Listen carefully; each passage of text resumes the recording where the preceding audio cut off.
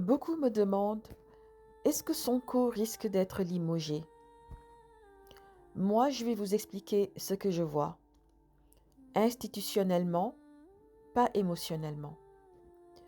Quand un Premier ministre saute un conseil des ministres, annonce publiquement des congés maladie, organise un terra-meeting à grande échelle, défie indirectement son président, explique devant tout le pays qu'il n'est soumis à aucune autorité, ça envoie un signal très clair.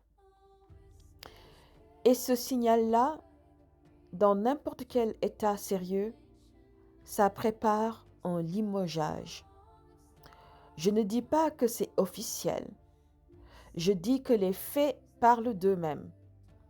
Et pour moi, tout ce que je vois aujourd'hui ressemble à un Premier ministre qui n'est plus aligné avec son président. Et quand l'alignement disparaît, la fonction suit. Mais vous savez, plus je lis vos commentaires, plus je comprends pourquoi notre pays va mal. Parce que les réactions du peuple reflètent toujours l'état du pays. La manière dont vous pensez, dont vous analysez, dont vous votez, ça construit ou ça détruit un pays. Et ce que je vois aujourd'hui, c'est simple. Vous avez choisi dans l'émotion. Vous avez voté dans la colère. Vous avez décidé dans l'instinct. Et maintenant, vous récoltez les conséquences. Un pays, ce n'est pas un live TikTok. Une république, ce n'est pas un fan club. On ne vote pas un président parce qu'on aime sa voix. On vote un président parce qu'on respecte sa vision. Beaucoup ont voté juste pour faire tomber Macky, pas pour bâtir le Sénégal. Et aujourd'hui, vous découvrez une vérité qui vous dérange. Le président n'est pas une marionnette. Il ne va pas obéir à Sonko. Il ne gouverne pas selon vos émotions. Vous avez élu un président et vous le traitez comme un pion. Comme si Sonko pouvait le manipuler. Comme si l'État était un mouvement d'ambiance.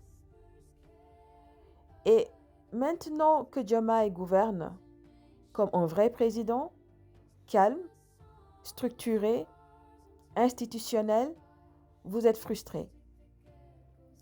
Mais cette frustration n'est pas politique. Elle est psychologique. Parce que ce que vous voyez, c'est le reflet de votre propre désordre intérieur. Vous pensez dans le chaos, vous votez dans le chaos, vous réagissez dans le chaos, donc vous avez eu un chaos interne. Pastef contre Pastef. Ce n'est pas Macky, ce n'est pas l'Occident, ce n'est pas un ennemi invisible, c'est juste le résultat d'un choix émotionnel.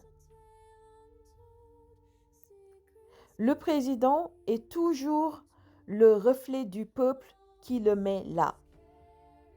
Un peuple mûr choisit la stabilité.